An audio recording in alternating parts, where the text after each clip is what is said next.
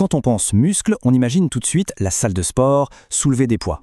Mais la vérité, c'est qu'il y a tout un monde de muscles qui travaillent pour nous, à chaque seconde, sans même qu'on s'en rende compte.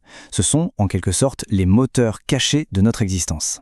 Aujourd'hui, on ne va pas se lancer dans une simple liste de noms compliqués. Non, on va faire une sorte de visite guidée de cette mécanique interne absolument fascinante. Alors, ce voyage, il nous emmène au cœur de systèmes super complexes. On va commencer tout en haut par la tête pour descendre petit à petit jusqu'au torse. L'idée, c'est vraiment de faire le lien entre l'anatomie pure et dure et nos gestes de tous les jours, même les plus simples, pour révéler la mécanique incroyable qui nous anime. Bref, le but du jeu, c'est de comprendre et d'apprécier un peu mieux tous ces muscles qui nous animent. Allez, on commence ce voyage tout en haut par la tête. C'est parti. On attaque avec des muscles qu'on connaît tous, au fond, de manière assez instinctive, ceux qui dessinent les expressions sur notre visage. Ici, tout tourne autour d'un concept, la mimique. Qu'est-ce que c'est ? Eh bien, c'est l'idée que des contractions musculaires bien précises sont comprises universellement comme des émotions. Ce n'est pas juste une coïncidence si un sourire est compris partout dans le monde. C'est notre anatomie qui parle, tout simplement. Regardez bien ce contraste, c'est frappant. À gauche, pour la joie, c'est le muscle grand zygomatique qui entre en jeu. Il tire les coins de la bouche vers le haut. Simple, efficace. Mais pour la tristesse, à droite, hop, c'est un autre muscle, le corrugateur, qui vient froncer les sourcils. On a là deux émotions fondamentales dessinées par des muscles complètement différents. C'est quand même fou, non ?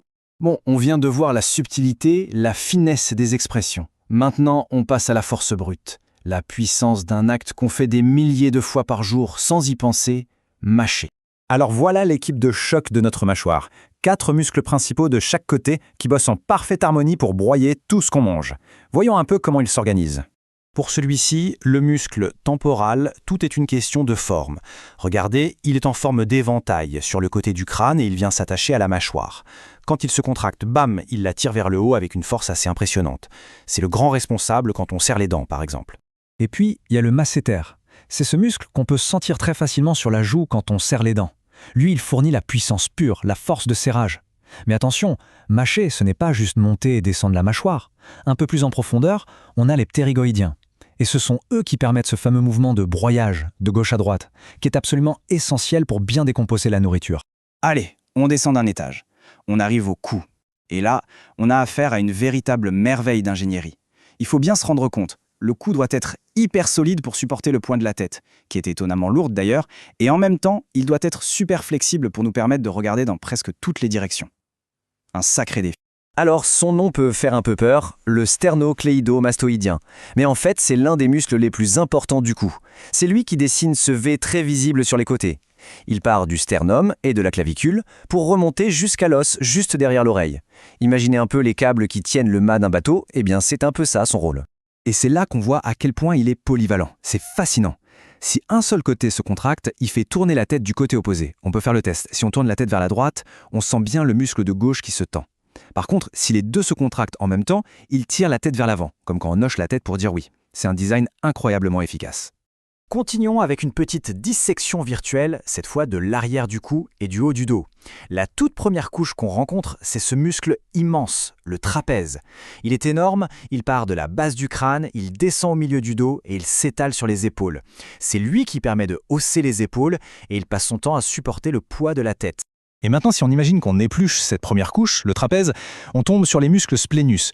Ils sont plus profonds, leurs fibres sont orientées différemment, et c'est eux qui permettent des mouvements plus fins, plus précis, comme pencher la tête en arrière ou la faire pivoter. C'est cette superposition de couches qui donne au cou une telle amplitude de mouvement. Ok, on continue notre descente, on arrive maintenant au niveau du tronc, et on va s'intéresser à une action tellement fondamentale qu'on l'oublie complètement la plupart du temps, la respiration. Et le personnage principal de l'histoire de notre respiration, le voilà. C'est le diaphragme. Il ne faut pas s'imaginer un petit muscle. C'est une immense cloison musculaire en forme de dôme qui sépare complètement la cage thoracique de l'abdomen. Quand on est au repos, la quasi-totalité du boulot de la respiration, c'est lui qui l'a fait. Et le mécanisme est d'une simplicité absolument géniale. C'est très mécanique. Quand le diaphragme se contracte, son dôme s'abaisse, il s'aplatit. Forcément, ça augmente le volume vertical de la cage thoracique. Ça crée une sorte de vide, une pression négative, et hop, l'air est aspiré dans les poumons. C'est un peu comme le fonctionnement d'un soufflet. Mais le diaphragme ne travaille pas tout seul. Il a des assistants. Entre chacune de nos côtes se cachent de tout petits muscles, les intercostaux. Quand on prend une grande inspiration, par exemple, ce sont eux qui aident à soulever la cage thoracique pour créer encore plus d'espace. C'est un vrai travail d'équipe, parfaitement synchronisé. Allez, on termine notre tour d'horizon en plongeant au cœur même de notre stabilité, les muscles profonds du torse. C'est littéralement la fondation qui nous tient debout, et c'est de là que part quasiment toute notre puissance. Juste avant de regarder l'anatomie en détail, arrêtons-nous sur la fonction. Il faut imaginer les muscles abdominaux comme un corset, naturel, un corset vivant.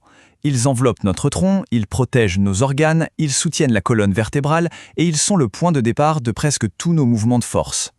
Et ce qui est vraiment fascinant, c'est l'architecture de ces couches. Le plus profond, le transverse de l'abdomen, a des fibres horizontales. C'est comme une ceinture de force intégrée. Au-dessus, les obliques, internes et externes, ont des fibres qui courent en diagonale et qui se croisent, un peu comme les fils d'un tissu très solide. Cette construction multicouche, multidirection, offre une stabilité et une force incroyables. Et puis bien sûr, tout à l'avant, on a le fameux muscle droit de l'abdomen, celui qu'on appelle plus communément les abdos. Sa fonction principale, c'est de fléchir le torse vers l'avant, comme quand on fait un crunch. Évidemment, il travaille main dans la main avec tous les autres muscles de la paroi pour contrôler les mouvements du tronc. Et pour faire contrepoids, de l'autre côté du corps, le long de la colonne vertébrale, on trouve les muscles érecteurs du rachis. Le mieux, c'est de les imaginer comme deux énormes câbles de chaque côté de la colonne qui l'empêchent de s'effondrer vers l'avant à cause de la gravité.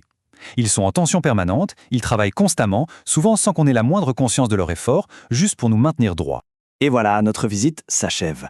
Du plus petit muscle qui dessine une émotion à la puissance de notre mâchoire, du soutien de notre tête à l'acte même de respirer, tous ces muscles sont les héros silencieux de notre quotidien.